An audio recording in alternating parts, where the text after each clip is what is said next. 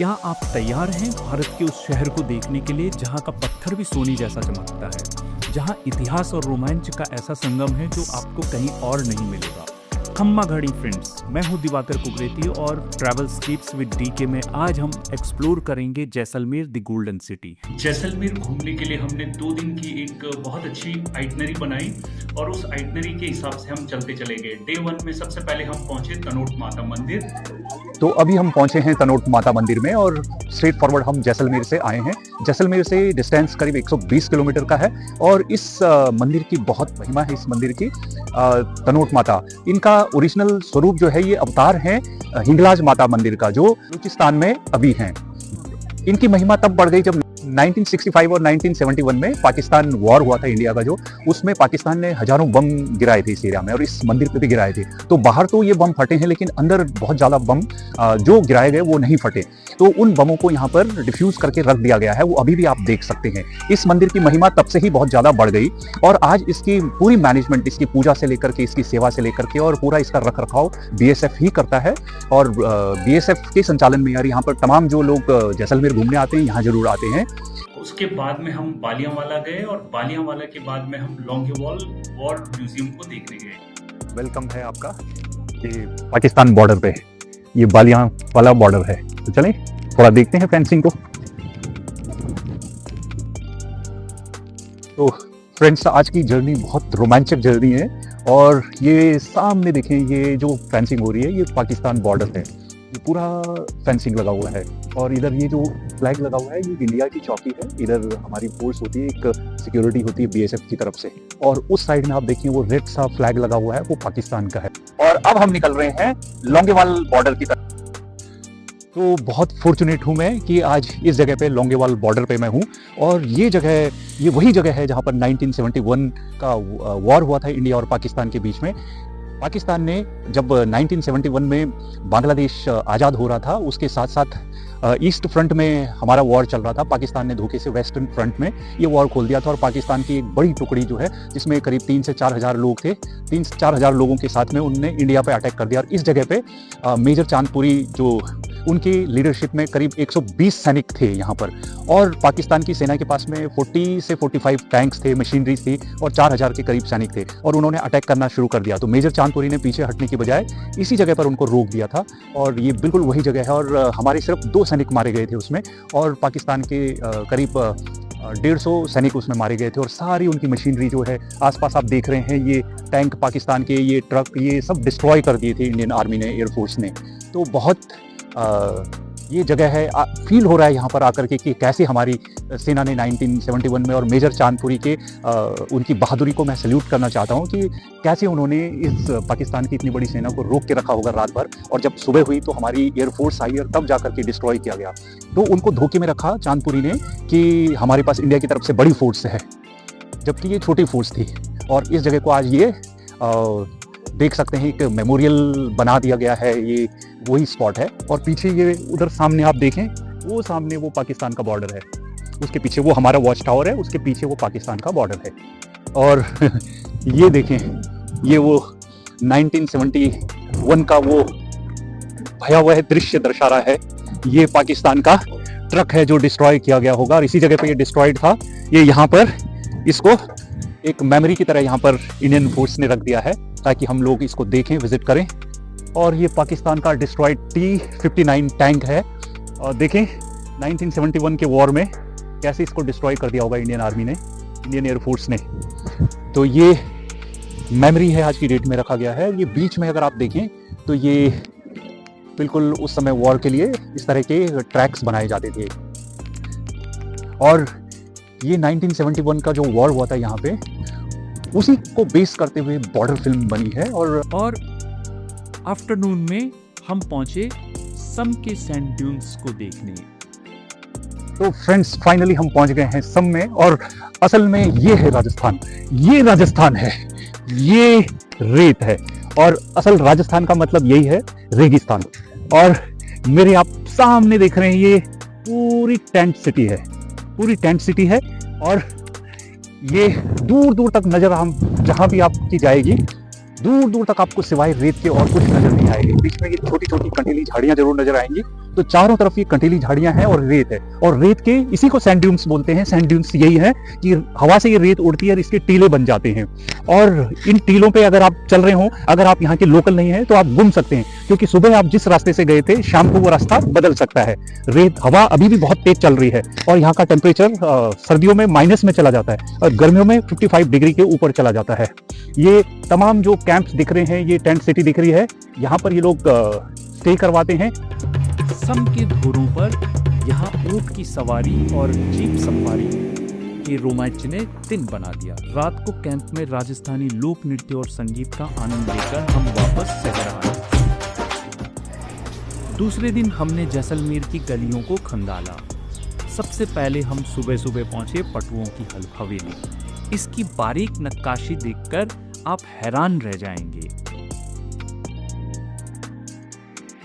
हम अपने दिन की शुरुआत कर रहे हैं पटुओं की हवेली। जैसलमेर का एक फेमस आइकॉनिक बिल्डिंग है ये, और ये एक जीता जागता नमूना है। ये सबसे प्राचीन, सबसे पुरानी हवेली है और पहली हवेली है। उसके बाद हम पहुंचे जैसलमेर किला, दुनिया का एकमात्र लिविंग फोर्ट जहां आज भी आबादी बसती है। तो अभी हम फोर्ट में हैं और जैसलमेर फोर्ट में इसकी बाउंड्री पे खड़े हैं। मेरे राइट साइड में आप देख सकते हैं पूरा ये शहर आपको दिखाई दे रहा है, और नीचे ये रोड दिखाई दे रही है। तो बाहर से कैसा दिखता है ये फोर्ट और अंदर से कैसा दिख रहा है, ये लवली नज़ारा है। यहाँ पे बहुत सुंदर नज़ारा इस जगह से है, और गोल्डन फोर्ट है। ये देख सकते हैं, इन पत्थरों को देख सकते हैं। ये जैसलमेर का खास गोल्ड कलर का, और इसको इसीलिए सोनार किला भी कहा जाता है। तो बहुत सुंदर स्ट्रक्चर है ये, और सुंदर लगता है, और जब रात में इस पे लाइट पड़ती है तो बहुत ही जबरदस्त दिखता है ये। उसके बाद कुलधरा गांव, वह रहस्यमयी भूतिया गांव जो रातों रात वीरान हो गया था। बेटी की इज्जत और अपने स्वाभिमान के लिए ये पूरा गांव खाली हो गया था। बात उन दिनों की है जब जैसलमेर के दीवान सलीम सिंह ने इस गांव के लोगों को उनके मुखिया की बेटी के लिए शादी का प्रस्ताव रखा, और नहीं तो अगर वो शादी उससे नहीं करवाते हैं तो इस गांव पर वो भारी भरकम टैक्स लगा देगा। इससे अपनी इज्जत बचाने के लिए और अपने स्वाभिमान के लिए ये पूरा गांव रातों रात खाली हो गया था और छोड़ करके चला गया था। इसी के आसपास के 80 गांव भी थे जो इनके साथ साथ गांव छोड़ करके चले गए। जी हाँ फ्रेंड्स, अभी हम कुलधरा गांव में हैं। ये कुलधरा एक हॉन्टेड विलेज है राजस्थान के जैसलमेर का। हॉन्टेड इसको इसीलिए कहा जाता है, इसको हॉन्टेड इसीलिए कहा जाता है क्योंकि रातों रात ये खाली हो गया था। और इस गांव को 13वीं शताब्दी में 1291 में पालीवाल ब्राह्मणों ने बसाया था, और अपने बुद्धिमानी से, अपने वो लोग बहुत बुद्धिमान थे, उन्होंने इस विषम परिस्थिति में, कठिन परिस्थिति में इस गांव में वाटरशेड मैनेजमेंट का एक नमूना बनाया था और इस गांव को ग्रीन कर दिया था। और इससे आसपास के गांव से भी को भी सीख मिली थी, और आसपास के गांव भी बहुत प्रॉस्पेरस हो गए थे। तो ये गांव बहुत प्रॉस्पेरस हो गया था पालीवाल ब्राह्मणों की बुद्धि से, और उससे काफी संपन्नता जब गांव में आई तो यहाँ से टैक्स वसूलने लगा सलीम सिंह नाम का जागीरदार, और उसकी जैसी नजर मुखिया की बेटी पर पड़ी तो उसने शादी का प्रस्ताव रखा, और नहीं तो टैक्स बढ़ाने की बात, भारी भरकम टैक्स बढ़ाने की बात कर दी। और इसी स्वाभिमान को बचाए रखने के लिए पूरा गांव खाली हो गया, और उन्होंने इस गांव को जाते जाते श्रापित कर दिया और श्राप दे दिया। कहा कि ये गांव फिर कभी बस नहीं पाएगा। पता नहीं चला कि वो पालीवाल ब्राह्मण कहाँ चले गए, और उसके बाद उनका कोई पता नहीं चला। और बोलते हैं, कहा जाता है कि ये गांव तब से कभी नहीं बसा, और हॉन्टेड इसको इसलिए कहा जाता है कि श्रापित है ये गांव। यहाँ पर रात को बोलते हैं, लोकल लोग बोलते हैं कि यहाँ पर चीखने की आवाज़ें सुनाई देती हैं। तो इस तरह का परसेप्शन आता है कि रात को किसी की चलने की आहट होती है, चीखने की आवाज़ आती है। ये इसके पीछे रहस्य है। तो इसको देखते हैं, और खास करके घरों का डिज़ाइन देखें। जैसे ये आपको ये दिखाई दे रहे हैं डिज़ाइन, ये जैसलमेर का ही पत्थर है, और अगर ये जैसलमेर का पत्थर है और इस पे किसी तरह का गारे या मिट्टी या सीमेंट का इस्तेमाल नहीं हुआ है, तो इसका डिज़ाइन इस तरीके से है कि सिर्फ ये पत्थरों की दीवारें हैं, और इनको इस तरीके से बनाया गया है कि ये यहाँ के टेम्परेचर में भी, विषम परिस्थिति में भी, ये पत्थर के बने हुए घर ठंडे रहते हैं। इस पे गर्मी का ज़्यादा असर नहीं होता है, और इसमें गारा सीमेंट का इस्तेमाल नहीं होता है, इसलिए इस पे गर्मी का बहुत ज़्यादा असर नहीं होता है। तो इस तरह की। और फाइनली हम जैसलमेर के वार म्यूजियम में गए, जहां हमने वार म्यूजियम को बहुत विस्तृत रूप से देखा। तो जैसलमेर ट्रिप का ये हमारा आखिरी वो है और ये वॉर म्यूजियम है जैसलमेर में। अभी हमने यहाँ एंट्री ली है, इसका वॉर म्यूजियम हम देखेंगे और इसके कैंपस में हम आ चुके हैं। आप देखें मेरे आसपास परमवीर चक्र विजेता जो लोग हैं उनके स्टैचूज बनाए गए हैं। ये सब उनके स्टैचूज लगाए गए हैं इस सर्कल के चारों तरफ। आप देखेंगे ये परमवीर चक्र मेजर शैतान सिंह का है, ये मेजर शैतान सिंह।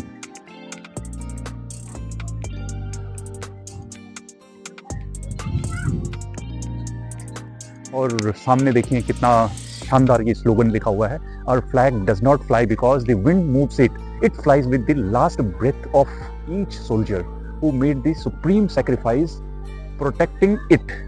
यदा यदा हि धर्मस्य ग्लानिर्भवति भारत अभ्युत्थानम धर्मस्य तदात्मानं सृजाम्यहम्।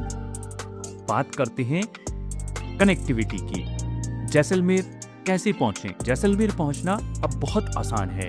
यहाँ पर बाई एयर पहुंचा जा सकता है। जैसलमेर का अपना एयरपोर्ट है। यहाँ से दिल्ली, जयपुर और मुंबई के लिए फ्लाइट्स उपलब्ध हैं।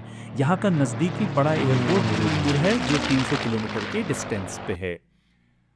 यहाँ ट्रेन से भी पहुंचा जा सकता है। दिल्ली, जयपुर, जोधपुर से जैसलमेर एक्सप्रेस जैसी सीधी ट्रेनें चलती हैं। और हमने उदयपुर से अपनी यात्रा शुरू की बाई रोड। नाथद्वारा, देसूरी, पाली, जोधपुर, पोखरण होते हुए हम 10 घंटे की ड्राइव के बाद जैसलमेर पहुंचे हैं। सड़कें यहाँ की बेहतरीन हैं और ड्राइविंग का अपना ही मजा है।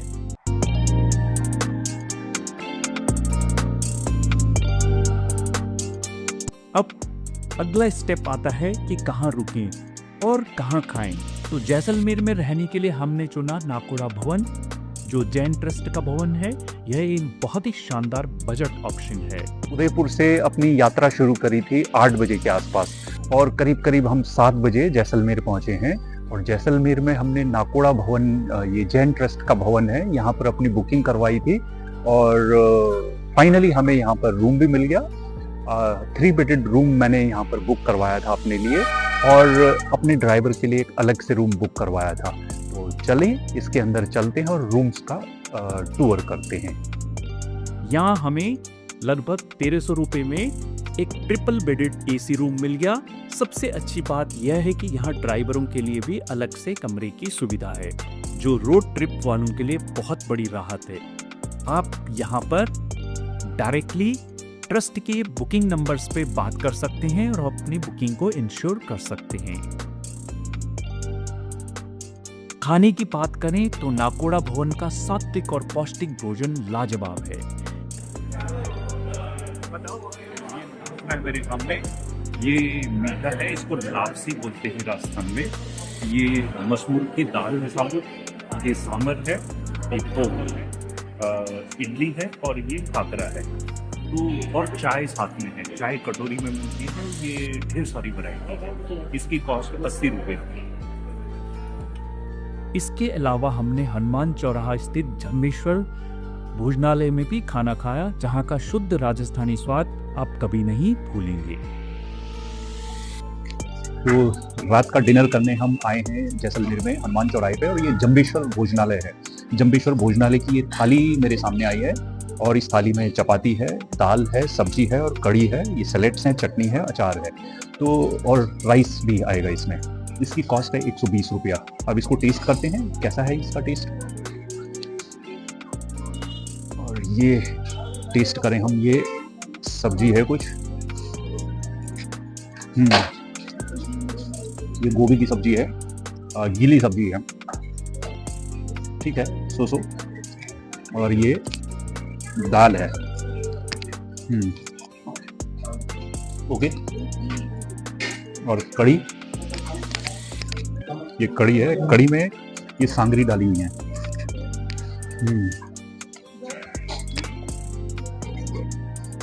बैलेंस्ड है, गुड फूड टू ईट।